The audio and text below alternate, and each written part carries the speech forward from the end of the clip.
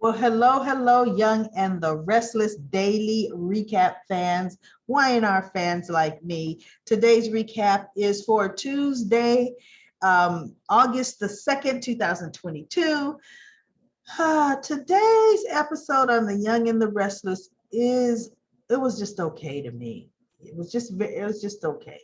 And I really think the rest of this week is going to be just okay as well. We had some conversation, and guess what? I think I called it. Guess who ended up right back in each other's orbit? Sally and Nick. Go figure. Now, I guess Sally wasn't dressed to work because that was not CEO attire she came walking into that office with. I was like, oh, girl, what's going on with you? Doesn't matter that you're telling them you're keeping the job, but come professional CEO. But anyway, so she's talking to Nick and she's like, can I want you to know I'm not going to quit. Your words rang true to me. And Nick apologizes for being harsh to her. And obviously there was something on your mind. And then she gets the text because I guess it hit the tabloids that Ashlyn was dead, right? Oh my God, Ashlyn Locke is dead. And then she's looking at Nick. But you don't seem too surprised. And is that what was upsetting you last night? And she goes, you might as well tell me because I'm going to find out, or you want to talk about it? She just sits down. And in my mind, I'm like, you better not say anything to her. You don't even know her, Nick. So he's like, well, you might as well know because it's really going to get out. And he kind of tells her his skim part of the event. Thank goodness. I thought he was going to go all in, Nicholas. He tells her a bit of it. And he says, look, they need to kind of control the narrative, keep it under wraps in Newman Media. Other outlets can report it, but he doesn't really want it, them to really zero in on that in-house on Newman Media. And so Sally's like, but yeah, you must feel awful. Yeah. And she's really trying to, but you could talk to me. Like she's his best friend. And I'm like, see, this is so predictable. And Nick is going to be more agitated, more worried as the days go by, more of an opportunity to have to confide in his best buddy, Sally, because Sally is going to lend such a good listening ear, Nicholas. You turn right over to her.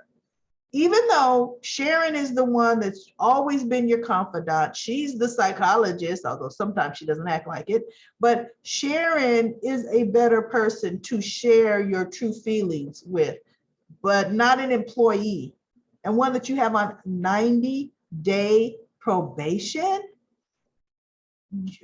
that's a disaster waiting to happen. And Nicholas is going to fall right into that disaster. That's my prediction on that relationship there. So Chance knows something is fishy there. This has been wrapped in a nice little bow, way too easy and perfect, right? So he brings Kevin in as his little assistant. And boy, Kevin was so pleased that Chance asked for his help, that he wants some assistance. Okay, let me help. So Chance sends him on a mission to butter up the person doing the autopsy so that he can find out what's on the report early, right? So Kevin goes and does that, and he comes back with the autopsy. He sends it to Chance on his phone. Now, what's interesting to me, the autopsy came up pretty much collaborating the story so that it's plausible enough for belief. It did not contradict what Chance is feeling. It didn't confirm exactly what Chance feels. So the state of events could be true, with the exception there is not a blood trail. With Ashlyn leaving that much blood on that fireplace and on that ground, there should have been drops of blood. Excuse me. So it did not do that. So that's a nagging thing. But they were saying the impact would have killed Ashlyn instantly. But so we shall see. We shall see what happens with that. Chance questions Nicholas. He brings Nicholas over to cause him to Crimson Lights to talk to him. So Nicholas comes because Nicholas really, he is trying to assist in any way he can. It's still baffling Nicholas how Ashlyn got up and walked away. So Nicholas is trying to help. And as he's talking to Chance, he's starting to feel a little bit like, wait a minute, are you are you interrogating me? You're under the guise of I'm giving you information, yet you're asking all of these questions. And so then he was starting to, he says, your father's detail, his security detail, they all pretty much said the exact same thing that your father said. And so when Nicholas looks at him, he says, so in other words, you have multiple people saying the same stories, the same events, turn of events, supporting the facts. What problem do you have with that? And so Chance is like, it's just in my years of experience, everybody doesn't tell the story the exact same way. It's almost like it's rehearsed, And so Nicholas looks at him and goes, you know what? Pretty much, it's my father then you need to be talking to, not me. Nicholas gets up. He's like, because I'm not even going to fall for this or play this game. So he gets up and he walks away, from Chance. Now we have Noah.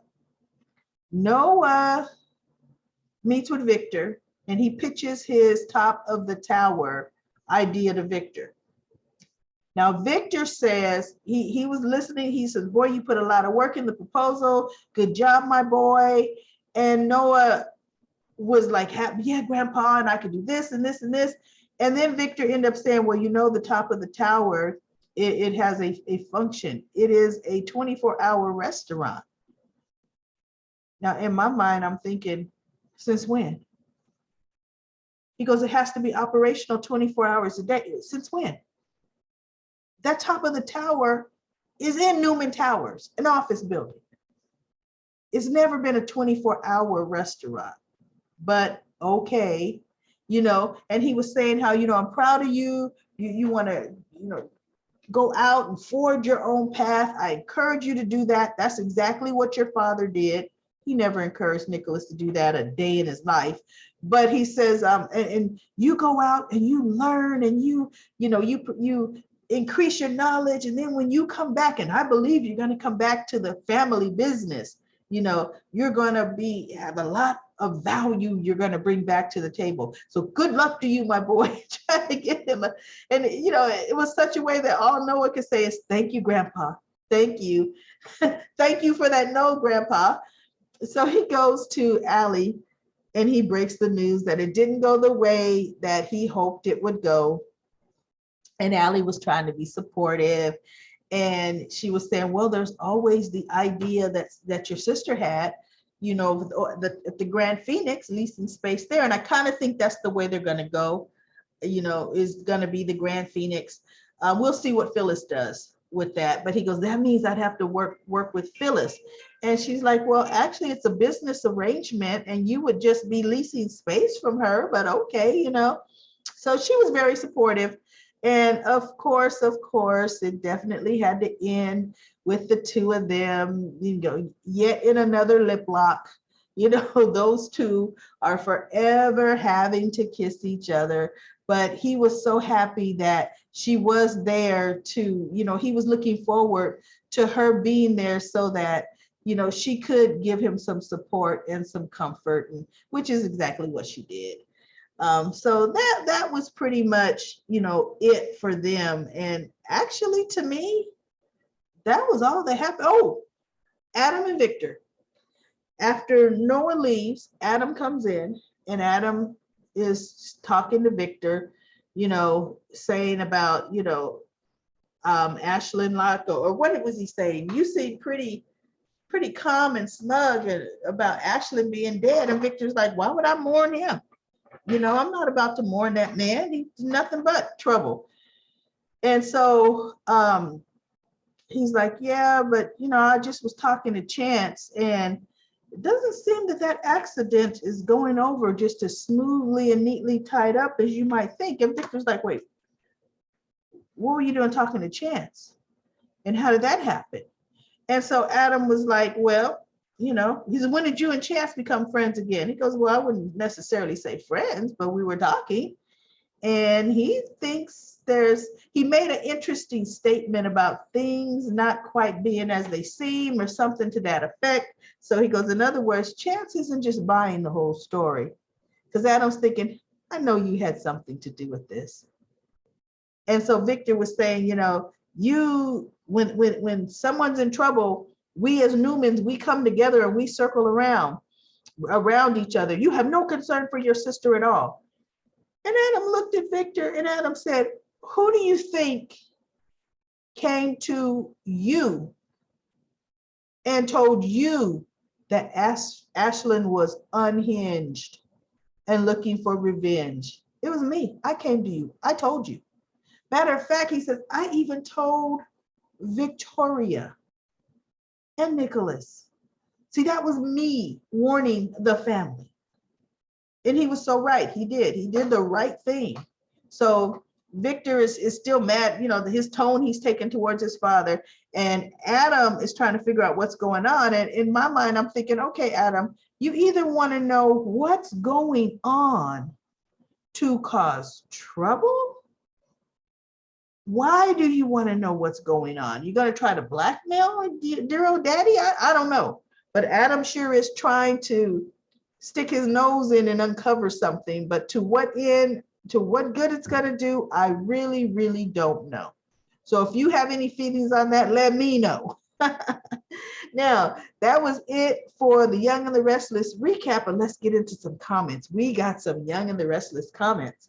Now, Mary says that Victor to Adam, he tells Adam, you're beginning to piss me off. And that's never a good idea. And I was thinking, oh, daddy, wait a minute. Now, don't forget, that's the child that's going to plot your demise. So be careful with Adam as well, right? And then Kevin got so excited about getting involved, being brought into the case. He kicked right into superhero mode, little sleuth. He's gonna find out the problem and solve it. I like Kevin. I kind of always liked Kevin. Well, no, not always, because Kevin was bad Kevin years and years ago. Okay, really bad Kevin. But yeah, I kind of like Kevin now as an adult. Let's see. She hopes they keep Kevin around for a while. And she says, Chance is not falling for that BS. She thought the story would get boring when Ashlyn died, but it looks like it's heating up. It's heating up because Chance is on the case. Chance is on the case. And let's see, do we have any other Y&R comments? Yes, we have Annette. Annette says that Sally will go around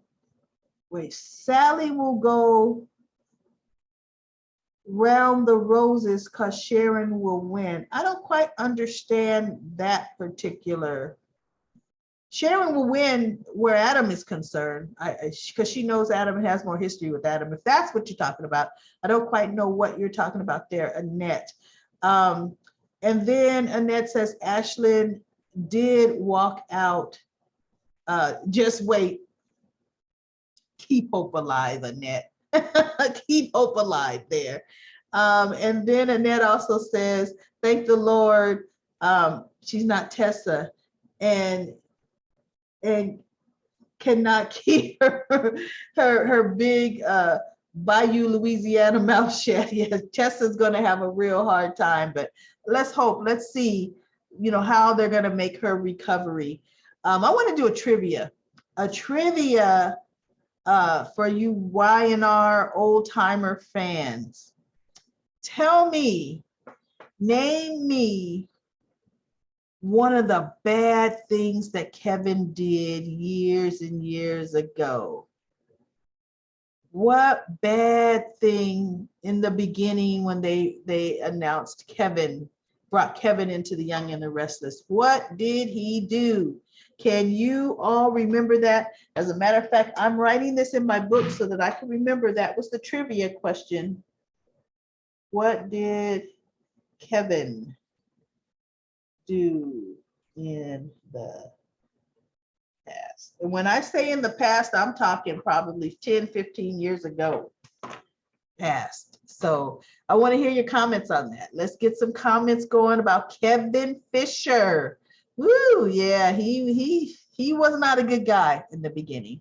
So that is it for The Young and the Restless today. I'll be back tomorrow with the midday recap Wednesday. Let's see what goes on tomorrow, August the 3rd on The Young and the Restless.